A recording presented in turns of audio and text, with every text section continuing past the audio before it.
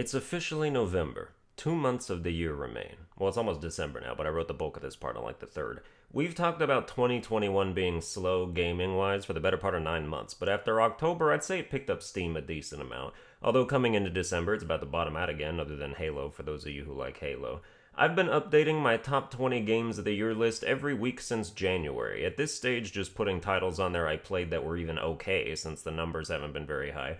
And as of November 30th, I am finally up to 20 titles. However, of those 20, I'm waiting for a few of them to get bumped to honorable mention status, praying for it in fact, because if those games cracked top 20, it was a sorry year indeed, while everything else is something I wouldn't mind saying good things about. But there's only a month left, so I'm going to start being more secretive with my picks so they remain a surprise when the video drops at the end of December. Game of the Year lists have become my favorite thing to look forward to on my channel. It's such a bummer that they can only happen once a year because I play a lot of games now, and there's a ton of hype associated with which ones end up being good enough to get on the list, even if I'm the one who's more hyped for it than anyone else. This year will be the 6th one I've done. It started out as a whatever thing that I made almost ironically to get my opinions out there without acting like I cared too much, but now I'm dialed in. I think I have good broad taste in games that run the full spectrum of indie to AAA, and my rankings have something to offer, so I'm excited. But there's no denying that 2021 has been significantly less populated with good games than last year, at least in my estimation. Last year, every game in my list was good. Like, good. Including the honorable mentions.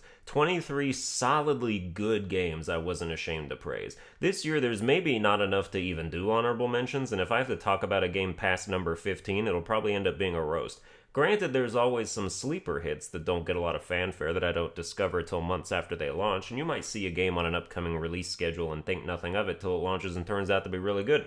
So hopefully there's more of that. But a few games that were previously surmised to be on the bright and shiny ass end of 2021 got delayed to 2022, like Dying Light 2, Horizon Forbidden West, Stray, Ghostwire Tokyo, God of War Ragnarok, Hogwarts Legacy, Gotham Knights. Okay, yeah, after looking all those up, a shitload of games got delayed to 2022. Which is good news for 2022, but 2021's back-end infrastructure is crumbling and there's not a lot left to save it, which is sad.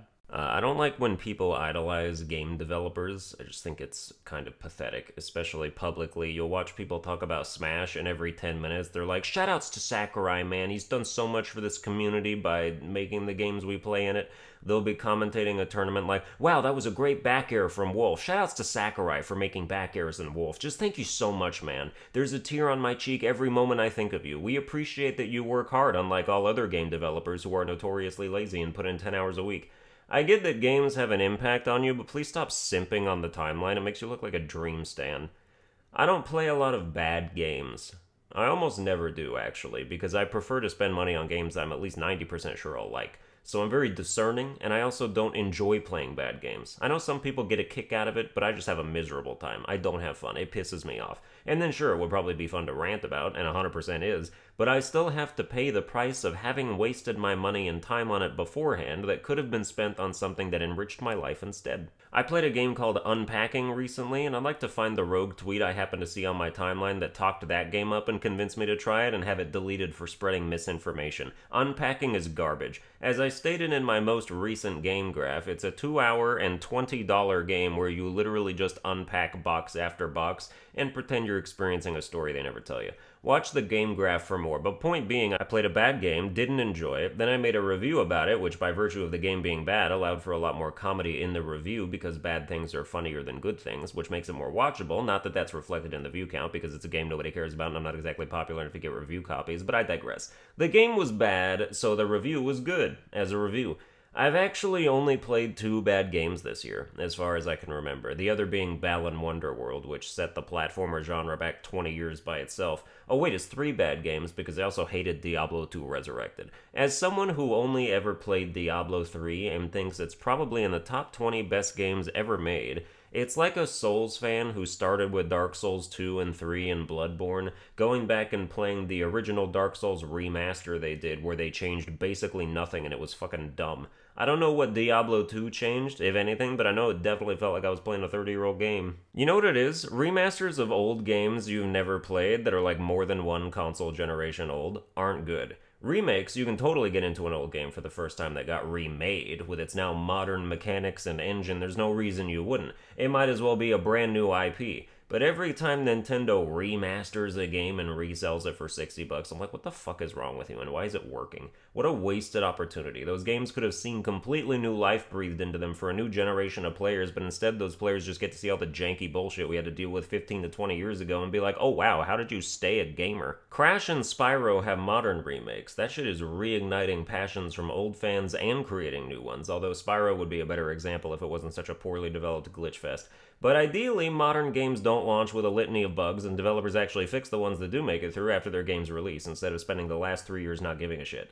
November 13th is actually the trilogy's 3-year anniversary, 1 year for every broken game. Okay, Spyro 1 was pretty clean, but the rest had their problems. Remakes beat remasters every time. That's not to say remasters can't be good, but most of the time you're basically paying for a port that looks barely better enough to notice, which can also be fine. When Skyrim got remastered for PS4, I was hyped. I am now not gonna rebuy that shit on PS5, since the PS4 versions have mods that basically turned it into a PS5 version to begin with, but at least the convenience of playing something older on a newer console was nice. If the alternative is nothing, I'll take remasters of games I'm familiar with that I want to re-experience. I think the argument against remakes and remasters as a concept is just nihilistically arrogant. Like, they're manipulating you, man. You're repaying for the same game, man. I have 12 different gamer stations scattered throughout my house for every old console I have, so they're all hooked up at the same time, so I can always play whatever I want, man. Like, alright, damn, I guess you better not ever buy a remake then. Make sure you try your very best to never accidentally purchase a remaster or remake so they can't hurt you. Meanwhile, the rest of us will play better versions of fun games we have fond memories of. But sometimes the remake is worse. Yes, this is true, in which case, oh boy, you better take extra care not to mistakenly put it in your cart and then check it out and then download it and then play it. That would be such a series of unfortunate events for you, were they to transpire in sequence in direct defiance of your consumer code. I don't like this type of game because sometimes they're bad. In that case, why stop at games? Why not follow that philosophy to the end of the road and just not like any type of anything? Name one type of thing that's never bad. And don't say Sunburned Albino content because it ruins my whole argument. Well, that's gonna do it for this episode. I hope you enjoyed it. If you did, you can like, share, and subscribe. Follow me on Twitch and Twitter at Sunburned Albino, twitch.tv/SunburnedAlbino, and I will see you guys next time.